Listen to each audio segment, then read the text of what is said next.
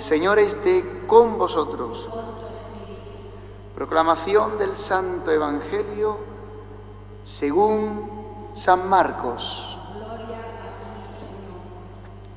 En aquel tiempo llegaron la madre de Jesús y sus hermanos y desde fuera lo mandaron llamar.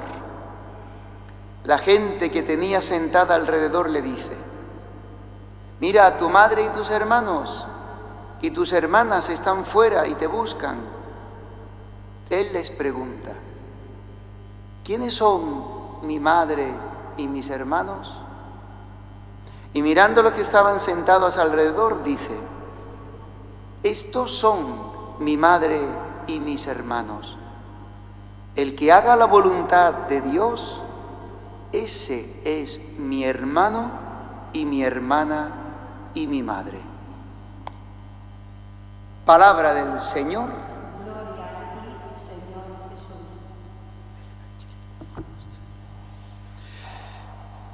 Queridos hermanos, en este día el Evangelio pone ante nosotros un tema un poco como difícil de entender, al menos de entrada, no desde la fe, sino desde el sentimiento humano.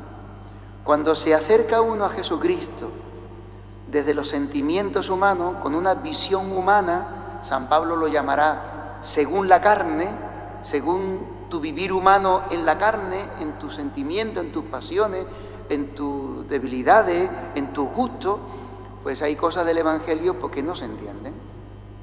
Porque el Evangelio es otra cosa, es una forma nueva de vivir, es la forma de vivir de los hijos de Dios, que se acoge y que va desarrollando en nosotros, como venimos viendo en estos días, el cielo, la forma celeste de vida, el reino de Dios. Por eso, cuando Jesús plantea que la gente que están llenando ese lugar y llegan hasta las puertas y la gente está abarrotando el lugar y desde afuera algunos le dicen: oye, ahí está tu madre, tus hermanos y tus hermanas. Y Jesús responde: ¿y quiénes son mi madre y mis hermanos? ¿Quiénes son? Porque Él tiene una forma nueva de relación con los otros. Es la forma del Espíritu, la forma de vida del Espíritu, que no nace de la carne y de la sangre, no viene de unas relaciones solamente humanas, es otro nivel, es la vida del Espíritu, es las relaciones según la fe. Es decir, que lo que me vincula a ti es Dios, es el amor de Dios. Por eso siempre la Iglesia ha manifestado que los hombres somos hermanos, porque lo que nos vincula los unos a los otros no es el hecho simplemente de nacer y existir como criaturas humanas, sino que hay un Padre que nos ha dado la vida. Incluso aunque los hombres no estén bautizados y no tengan el Espíritu de Dios, seguro que en el deseo, si lo conocieran, desearían recibir el bautismo y ser hijos de Dios. Y ante este proyecto de salvación, de ser hijos de Dios, de grandeza para el hombre, de plenitud, de vida, de la gloria, del cielo, etc., pues los hombres en su libertad podemos acogerlo y podemos rechazarlo, pero sería muy común, al menos una gran mayoría de los hombres, que quisieran ser verdaderamente hijos de Dios, alcanzar la meta eterna. Bueno, pues hay una expresión que ya la hemos explicado otras veces, que empieza el Evangelio así, y que cuando no se entiende, pues entonces se predica lo que dicen las sectas, lo que dicen los testigos de Jehová, lo que dicen los protestantes. Cuando no se entiende la palabra de Dios, se confunde. Y después se justifican, digamos así, los dogmas de fe de cada uno. Y es la palabra hermanos. A Jesús le dicen: oye, ahí está tu madre y tus hermanos y tus hermanas y te buscan.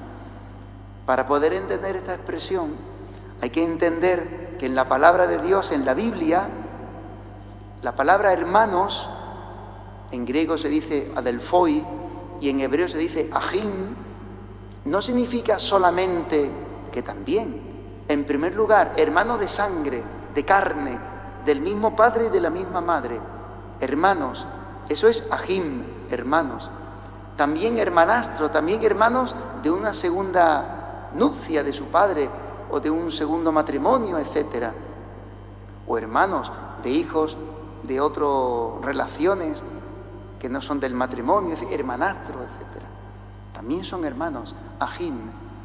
Pero también el parentesco próximo, el parentesco inmediato, los primos, los tíos, también son considerados ahim, hermanos, en el sentido amplio. Por eso vemos como Lot, que es sobrino de Abraham, hay un momento en que dice el Génesis, que es el hermano de Abraham. No es su hermano, es el hijo de su hermano Nahor, es su sobrino. Digo esto para que no nos confundamos cuando alguien nos viene a decir que Jesús tuvo hermanos. Hay una tradición antigua, no sé si sabéis, una tradición antigua del siglo II, que dice que San José, hay dos versiones, San José fue joven y se casó con la Virgen, y San José ya era viudo de un primer matrimonio que tuvo hijos, y algunos dicen, y estos son esos hermanos de Jesús, pero no hijos de la Virgen María. Hoy celebramos San Ildefonso, muy importante, porque en el siglo VII, él nació en el siglo VII, después de Cristo, en el 606 o 607, según cómo se cuantifiquen los años. Era la época propiamente visigoda, era una época muy importante de florecimiento del cristianismo después de la caída del Imperio Romano, después de que Hispania, la península, había sido pues construida con la cultura romana del imperio y tuvo que rehacerse todo lo que era la sociedad gracias al cristianismo. Después vino la herejía arriana, después vino Recaredo con su conversión, San Isidoro, etc. Bueno, pues un poquito antes, San Ildefonso, obispo de Toledo, él tuvo una devoción siempre muy grande a la Virgen María y escribió libros sobre la Virgen. Uno de ellos se llama Sobre la perpetua virginidad de la Virgen María, muy interesante, que da razones bíblicas y razones de fe. Bueno, pues digo esto porque hoy que celebramos San Ildefonso, qué bien nos podría explicar San Ildefonso la perpetua virginidad de la Virgen María. Virgen antes del parto, virgen durante el parto y virgen después del parto. Pero no es solamente una virginidad física, que también, por supuesto. Es una virginidad completa de su persona, cuerpo, alma y espíritu. Ella ha sido una mujer entregada integralmente a Dios y a su proyecto sobre su vida, que es el proyecto de la salvación, de engendrar al Hijo de Dios por obra del Espíritu Santo. Por eso no se le puede decir a Jesús ni a la Virgen los hermanos de Jesús de la propia madre, hermanos carnales, porque no los ha tenido. Por eso hay que entender bien la palabra de Dios para no confundirnos. Ahim significa hermanos físicos o parentela. Y aquí está hablando, no sabemos si esa posible tradición de San José viudo con sus hijos, pero sobre todo de esos parientes. De hecho, decía el sábado pasado que sus parientes, sus primos, se lo querían llevar porque decían que estaba loco. Jesús estaba loco por las cosas que decía, por las cosas que hacía, que estaba fuera de sí. Lo podéis leer en el Evangelio. Pues hermanos, termino diciendo el final. ¿Quiénes son mi madre y mis hermanos? Pues los que cumplen la voluntad de mi Padre del cielo. No podemos equivocarnos, no podemos confundirnos, y a veces nos equivocamos y nos confundimos. Creemos que ser cristiano es venir a misa. Hay que venir, ¿eh? No vaya a decir, José Manuel ha dicho que no hay que venir a misa. O reza mucho o está bautizado. Ser cristiano, Jesús dice en el Evangelio, no todo el que me diga Señor, Señor entrará en el reino de los cielos, sino el que cumple la voluntad de mi Padre que está en el cielo. Por eso nuestra vida va a definir cada día si somos cristianos, que es lo más grande que se puede hacer en la vida, o no somos cristianos por nuestras obras. Si hacemos la voluntad de Dios, dice San Juan en la primera carta, el que cumple la voluntad de Dios permanece para siempre. Porque este mundo pasa y se llevará lo que no sea hacer la voluntad de Dios. Pues en nosotros puede estar el deseo incluso, pero no siempre hacemos la voluntad de Dios. Por eso pedimos cada día, hágase tu voluntad. Se lo pedimos porque no está en nuestro poder. Nos define como cristianos, pero en definitiva lo que Dios espera de nosotros es que hagamos su voluntad, porque en su voluntad está la vida. Amén.